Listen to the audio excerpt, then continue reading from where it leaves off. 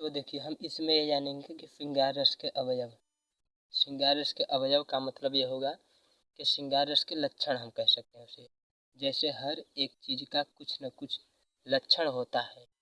जैसे कि हम सिंपल पहले समझ लेते हैं। जैसे मान लीजिए किसी को बुखार आ रहा है, तो उसको अगर बुखार आ रहा है तो मान लीजिए उसे मलेरिया बुखार आ रही है। तो मलेरिया बुखार जब आती है तो उसके भी कुछ लक्षण होते हैं, जैसे ठंडी दे के जाड़ा आना और इत्यादि इस प्रकार से।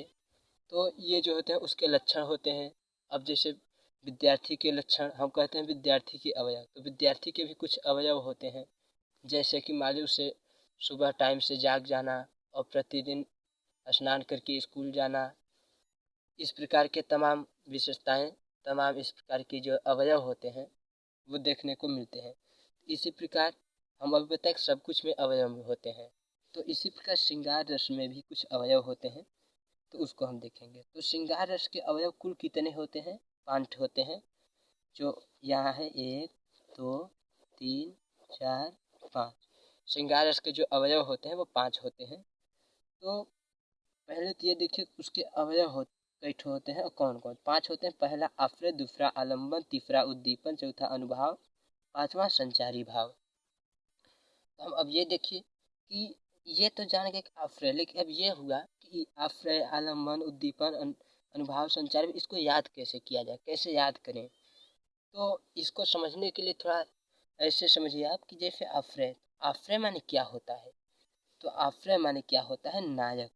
जैसे कि कहीं मान लीजिए कि राधा कृष्ण को हम ले लेते हैं अनुवाद में, उनके उदाहरण में राधा कृष्ण को ले लेते हैं। तो जो नायक होते हैं उनमें राधा और कृष्ण के बीच नायक कौन हुए? कृष्ण उसमें नायक हुए। तो आश्रय मतलब होता है नायक। आश्रय माने होता है नायक, जो उसके नायक हो वही आश्रय होते हैं। एवं आगे दूसरा नंबर है आलम्बन। तो आप ये जान गए कि आश्रय माने नायक और दूसरा होता है आलम्बन। तो आलम्बन माने क्या होता है? तो आलम्बन माने क्या होता है? नायिका होता है। जैसे मान लीजिए कि ये नायिका है, तो नायिका जाके आश्रय लेगी। नायिका को आश्रय देने वाला कौन होगा? वो होगा नायक। ठीक, नायिका को आश्रय देने वाला होगा नायक। तो जो आश्रय देता है वह हुआ नायक, और जो आश्रय लेती है वह हुई आलम्बन। अर्थात आश्रय आलम्बन, आलम्बन जाती है आश्रम के पास। ठीक, आलम्बन जो है जाती है आश्रय के पास। तो आश्रय माने नायक और आलम्बन माने नायिका। तो इसके बाद अब ये देखिए, मान लीजिए नायक और नायिका तो मिल गए, हमें यहाँ इसके भाव खोजने हैं, इसके अवयव खोजने हैं। तो इसके अवयव के लिए कुछ न कुछ सोचना पड़ेगा। तो जैसे आश्रय माने हम समझ रहे कि नहीं, आश्रय माने होता है नायक और आलम्बन माने होती है नायिका। तब अब उद्दीपन माने क्या होता है ये जानना है।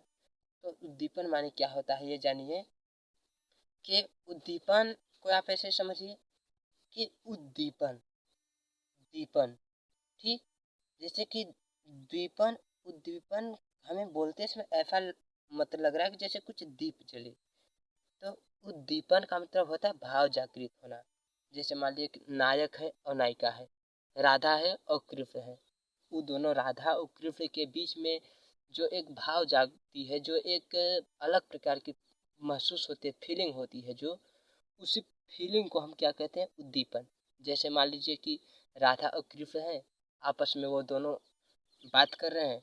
तो बात करते करते करते उनमें जो एक फीलिंग आती है, जो एक फीलिंग आती है, जो उनके अंदर भाव जागृत होता है, वही जैसे क्या हुआ हमारा भाव जागृत होना, उद्दीपन। जैसे मान लीजिए कि दो नायक नायिका हैं।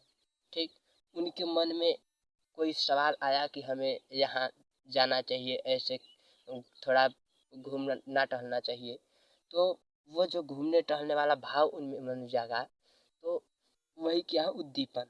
तो आप जान गए कि आश्रय माने नायक, आलम्बन, उद्दीपन और सॉरी, आश्रय माने नायक और आलम्बन यानी कि नायिका और उद्दीपन यानी भाव जागृत होना।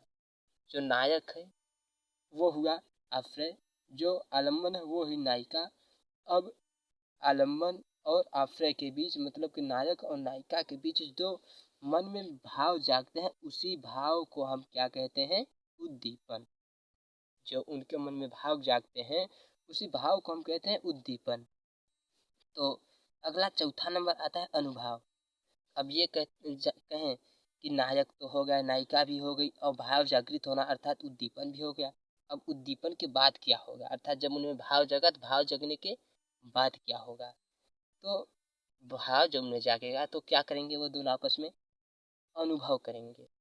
अनुभव करेंगे, फील करेंगे, महसूस करेंगे अपना, वो जो है अपने मन से कुछ भी कर सकते हैं। तो उनके अंदर का जो अनुभव है, महसूस करना है, ठीक, तो वही अनुभव को हम अनुभाव कहते हैं। ठीक, अनुभव को हम अनुभव आराम से बोल सकते हैं, इसमें कोई प्रॉब्लम नहीं होगी।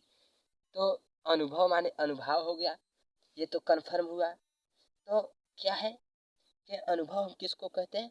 महसूस करना, जिसे हम फिल्मी भाषा में ये भी बोल सकते हैं आलिंगन करना। जैसे आप देखें हैं कि कहीं किसी फिल्म में, कहीं किसी फिल्म में या पिक्चर में या कहीं भी देखते हैं कि एक जो हीरोइन होती है तो उस हीरोइन को कुछ जो होते हैं गुंडे लोग पकड़ लेते हैं और पकड़ के उसे छेड़खानी करते हैं। तो वही छेड़खानी को हम महसूस करना यानी कि अनुभव कहते हैं। जिसको सुने होंगे आप लोग कि आलिंगन भी बोलते हैं, कि आलिंगन करना, आलिंगन कर रहा है। तो आलिंगन करना जो है, तो वही आलिंगन करना को हम कहते हैं अनुभाव। अब आपको आ गया होगा कि आश्रय माने नायक, आलम्बन यानी कि नायिका, उद्दीपन यानी उन नायक और नायिका के बीच जो भाव प्रकट होते हैं, जो भाव जागती है, जो फीलिंग महसूस होती है, वही हमारी क्या होती है? उद्दीपन। ये तो हुई उद्दीपन। अगला क्या? अनुभाव जो है, तो अनुभाव क्या होता है? जो उन दोनों के बीच आलिंगन होता है। ठीक, यानी कि वो दोनों लोग हैं, उन दोनों के बीच में जो आपस में वो लोग करेंगे अपना आलिंगन, तो उस आलिंगन को हम अनुभाव कहते हैं, जिसे कि हम अनुभव के नाम से भी जान सकते हैं और याद कर सकते हैं। तो अनुभव करना यानी कि अनुभाव यही होता है। तो हमारे 4 कन्फर्म हुए, फाइनल हुए। अगला जो है 5वां नंबर संचारी भाव। तब अब संचारी, अब यहाँ से आप देखिए कि नायक से शुरू हुआ, नायक नायिका से शुरू हुआ, तो अब ये यहाँ तक आ गया आलिंगन करने तक। वहाँ से शुरुआत, ये आलिंगन तक आ गया। अब देखिए एक पॉइंट अभी और बचा है, तो आलिंगन के बाद अब क्या होगा ये देखते हैं। तो संचारी भाव जो है, तो संचारी भाव क्या होता है? कि एक दूसरे से दूर जाना, एक दूसरे से दूर जाना। इसका अर्थ ये होगा कि जैसे जब वो आलिंगन कर रहे हैं, तो आलिंगन करने के बाद जब खाली हो जाएंगे वो लोग, तो जब एक दूसरे से दूर हो जाएंगे, जैसे हमने उदाहरण के लिए राधा कृष्ण को लिए थे, तो राधा बरसाने की थी और कृष्ण जी थे तो मथुरा गोकुल थे। तो जब वो आलिंगन करने के बाद जो राधा थी अपने बरसाने जाएंगी और जो कृष्ण हैं मथुरा या गोकुल जाएंगे।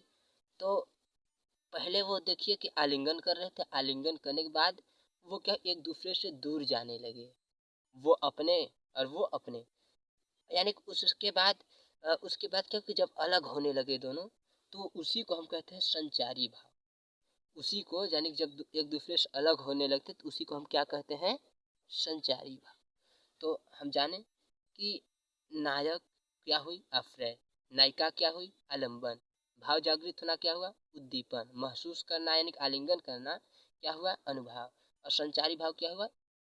उसके बाद यानी कि आलिंगन के बाद एक दूसरे से जब दूर जा रहे हैं, तो ये दूर जाने की प्रक्रिया उनकी संचारी भाव कही जाती है। ठीक, तो आप देख रहे हैं कि पहला जो है आश्रय यानी कि नायक, आलम्बन नायिका, उद्दीपन उन नायक नायिका के मन में जो आपस में वो जो भाव उत्पन्न होता है, उनको आपस में जो मन जो आपस में उनका बदला बना, उस आपस में भाव उत्पन्न होने की प्रक्रिया को हम क्या कहते हैं? उद्दीपन।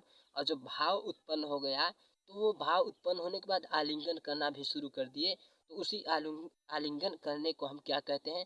अनुभाव कहते हैं। और जब आलिंगन कर लेते हैं, इसके बाद वो एक दूसरे से दूर जाने लगते हैं, तो उसी क्रिया को एक दूसरे से दूर जाने की अवस्था को हम कहते हैं संचारी भाव। तो हमारे ये श्रृंगार रस के अवयव 5 होते हैं। जो आश्रयनायक आलम्बन नायक का उद्दीपन भाव जागृत होना, अनुभाव महसूस करना या आलिंगन करना, संचारी भाव एक दूसरे से दूर जाना। तो ये हमारा क्या हुआ, श्रृंगार रस के अवयव।